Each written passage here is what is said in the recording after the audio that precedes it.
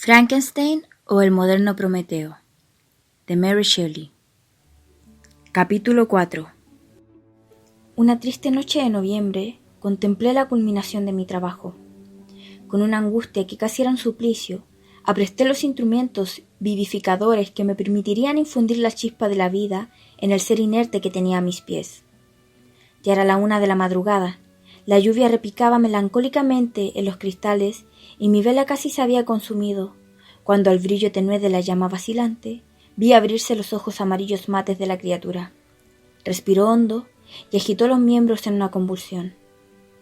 ¿Cómo describir mis emociones ante este desenlace? ¿Cómo pintar al ser miserable al que había procurado dar forma con tanto esmero y dedicación? Tenía los miembros proporcionados, y yo le había elegido unos rasgos hermosos. ¡Hermosos! ¡Dios santo! La piel amarilla apenas le cubría la masa de músculos y arterias. Tenía el pelo negro, largo y reluciente, y los dientes de blancura de perla. Pero estas buenas prendas no hacían más que producir un contraste más horrible todavía con sus ojos acuosos, que parecían casi el mismo color de las órbitas pardas en que estaban engastados, su complexión demacrada y sus labios negros y rectos. Los sentimientos del carácter humano son más variables que las circunstancias mismas de la vida. Yo llevaba casi 2 años trabajando con ahínco, con el único fin de infundirle la vida a un cuerpo inanimado. Para ello me había privado del descanso y había perdido la salud. Lo había deseado con un ardor francamente desmedido.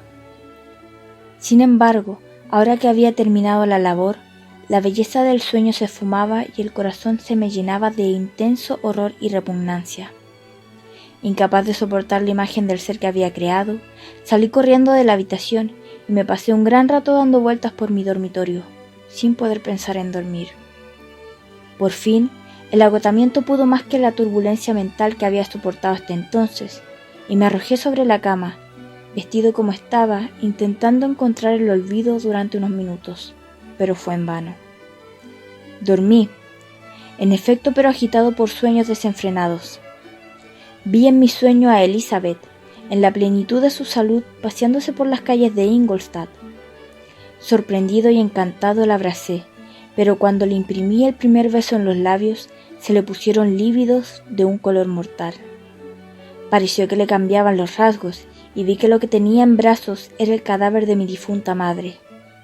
Su cuerpo estaba envuelto en una mortaja, y vi pulular los gusanos en los pliegues de la tela. Me desperté bruscamente, horrorizado. Tenía la frente cubierta de sudor frío, me castañaban los dientes y se me estremecían todos los miembros. De pronto, a la luz pálida y amarillenta de la luna que se abría paso entre las contraventanas, vi al desgraciado, al monstruo miserable que había creado. Había levantado la cortina de la cama y tenía clavados en mí los ojos, si es que se les podía dar ese nombre. Abrió la boca y murmuró unos sonidos inconexos, mientras una sonrisa le arrugaba las mejillas. Puede que dijera algo, pero yo no lo oí. Adelantó una mano para detenerme al parecer, pero yo me escapé y bajé corriendo las escaleras. Me refugié en el patio de la casa en la que me alojaba, y allí permanecí el resto de la noche, paseándome de un lado a otro con la mayor agitación, escuchando con atención, captando cada sonido y temiéndolo como si fuera a anunciar la llegada del cadáver demoníaco al que yo había dado vida de manera tan miserable. ¡Oh! Ningún mortal sería capaz de soportar el horror de ese semblante. Una momia reanimada no podría ser tan repugnante como aquel desgraciado. Yo lo había observado mientras estaba inconcluso, y entonces ya era feo. Pero cuando aquellos músculos y articulaciones estuvieron dotados de movimiento, se convirtió en un ser que ni el propio Dante habría podido concebir. Pasé una noche espantosa. A ratos me latía el pulso tan aprisa y con tanta fuerza que sentía palpitar todas mis arterias. Otras veces estaba a punto de desvanecerme de languidez y agotamiento. Sentía, entremezclada con este horror, la amargura del desengaño. Los mismos sueños que me habían servido de sustento y solaz durante tanto tiempo se habían convertido ahora en un infierno para mí. Cuán rápido había sido el cambio, cuán absoluta la mudanza. Clareó por fin la mañana, triste y lluviosa. y me presentó a los ojos insomnes y doloridos la catedral de Ingolstadt, con su aguja blanca y su reloj que marcaba las 6. El portero abrió las puertas del patio que había sido mi refugio aquella noche, y salí a las calles, que recorría a paso vivo como si quisiera rehuir al desgraciado con el que temía encontrarme en cada esquina. No me atrevía a regresar a los aposentos donde me alojaba. Sentía el impulso de seguir adelante a prisa, a pesar de que me empapaba la lluvia que caía a raudales de un cielo negro y desconsolador. Seguí caminando de este modo durante algún tiempo, procurando aliviarme el peso que tenía en la mente por medio del ejercicio físico. Recorría las calles sin tener idea clara de dónde estaba ni de qué hacía. Enfermo de temor, el corazón me palpitaba y yo seguía adelante con paso irregular, sin atreverme a mirar a mi alrededor, como el que andaba con miedo y temor por un camino solitario, y tras volver la cabeza una vez no vuelve a mirar atrás, pues sabe que un demonio temible le sigue los pasos. Proseguí de este modo hasta que llegué por fin frente a la posada donde solían pararse las diversas diligencias y carruajes. Allí me detuve, sin saber por qué, y clavé la mirada durante unos instantes en un carruaje que venía hacia mí desde el otro extremo de la calle. Al acercarse observé que era la diligencia de Suiza. Se detuvo justo a mi lado, y al abrirse la portezuela percibí a Henry Clerval, quien en cuanto me vio se apeó de un salto. «¡Mi querido Frankenstein!», exclamó. «¡Cuánto me alegro de verte! ¡Qué suerte que estuvieras aquí en el momento mismo de mi llegada!». El gusto que me dio de ver a Clerval no se podía comparar con nada. Su presencia me traía recuerdos de mi padre, de Elizabeth y de todas aquellas escenas hogareñas tan entrañables para mí. Le di la mano y olvidé al instante mi horror y desventura. Sentí de pronto, por primera vez desde hacía muchos meses, una alegría tranquila y serena. Así pues, le di la bienvenida a mi amigo de la manera más cordial, y nos pusimos en camino hacia mi colegio mayor. Clerval siguió hablando algún rato de nuestros amigos comunes y de la buena suerte que había tenido al conseguir que le permitieran acudir a Ingolstadt. Bien puedes figurarte cuánto me costó convencer a mi padre de que no era absolutamente indispensable que un comerciante no entendiera de nada más que de contabilidad, dijo. Y la verdad es que según me parece no lo he dejado muy convencido, pues su respuesta constante ante mis súplicas incansables era la misma que daba el maestro de escuela de holandés en el vicario de Wakefield. Gano 10.000 florines al año sin saber griego, y como bien sin saber griego. No obstante, su cariño se ha impuesto por fin a su poca afición por la cultura, y me ha consentido que emprenda un viaje de exploración al país del conocimiento. Me alegro sobremanera de verte, pero dime, ¿cómo dejaste a mi padre, mis hermanos y Elizabeth? Muy bien y muy felices, solo un poco intranquilos por tener tan pocas noticias tuyas. Dicho sea de paso, yo mismo tengo el propósito de reñirte un poco de su parte en ese sentido. Pero mi querido Frankenstein, prosiguió, deteniéndose y mirándome fijamente a la cara, no había notado el mal aspecto que tienes. Estás flaco y pálido, como si hubieras pasado varias noches en velas. Estás en lo cierto. Me he estado dedicando últimamente con tal empeño a una única ocupación, que no me he concedido descanso suficiente, tal como ves. Pero creo sinceramente que estas labores han terminado ya y soy libre por fin. Me eché a temblar de manera desmesurada.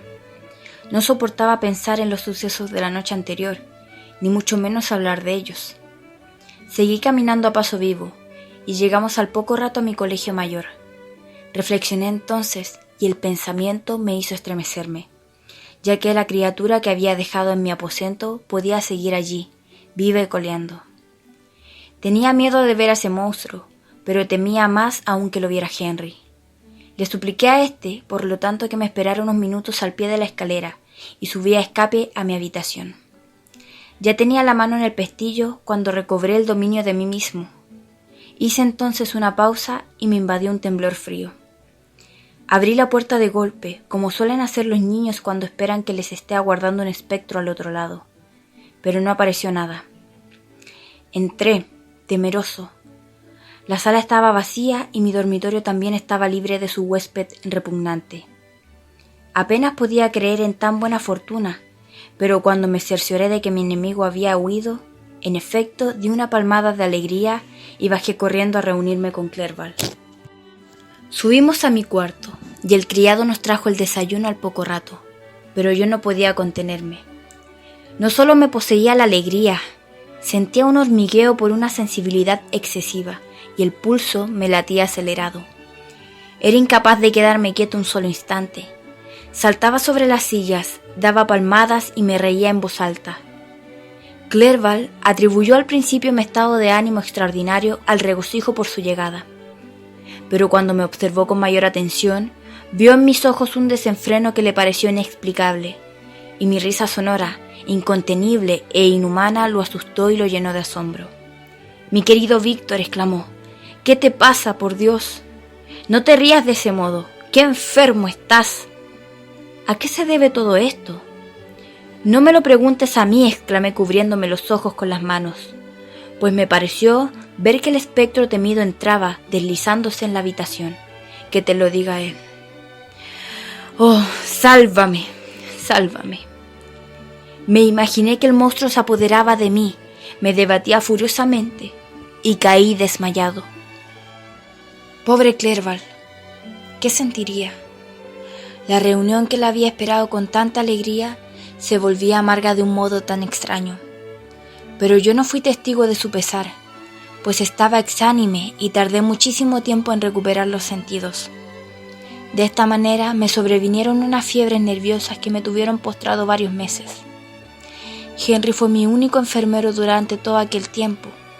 Supe después que, consciente de la edad avanzada de mi padre y de lo incapacitado que estaba para emprender un viaje tan largo, así como de lo mucho que haría sufrir a Elizabeth mi enfermedad, les ahorro este dolor ocultándole el alcance de mi dolencia.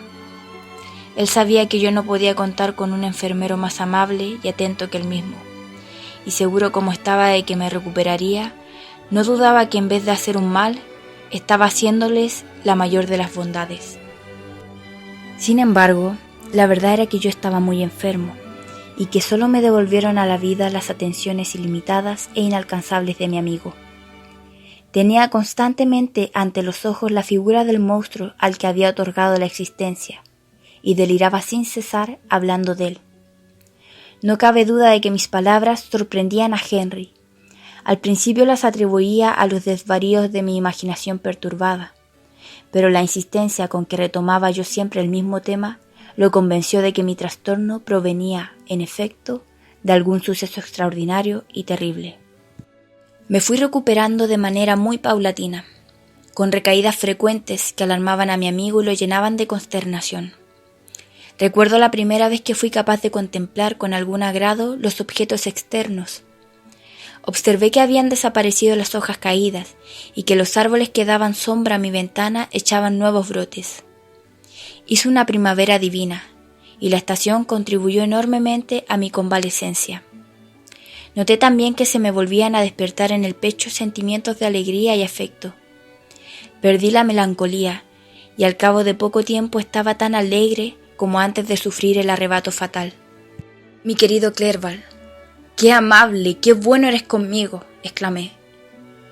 «Has perdido todo el invierno en mi habitación de enfermo en vez de dedicarlo al estudio como querías. ¿Cómo podré pagártelo nunca? Esta contrariedad que te he causado me produce un remordimiento enorme, pero tú me perdonarás. Me lo pagarás del todo no alterándote y poniéndote bueno en cuanto puedas. En vista de que estás de tan buen ánimo al parecer, ¿puedo hablarte de una cosa?». Temblé. ¿De una cosa? ¿Qué podía ser? ¿Podría hacer alusión a un asunto en el que yo no me atrevía a pensar siquiera? «Tranquilízate», dijo Clerval, observando cómo me había mudado el color.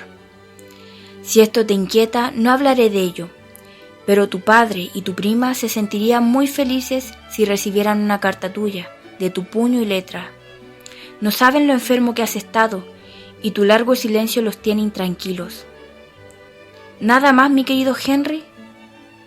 ¿Cómo has podido creer que mis primeros pensamientos no volarían hacia esos seres tan queridos para mí, a los que amo y que tanto se merece mi amor. Si ese es tu estado de ánimo actual, amigo mío, quizás te alegres de leer una carta que llegó para ti hace unos días. Creo que es tu prima.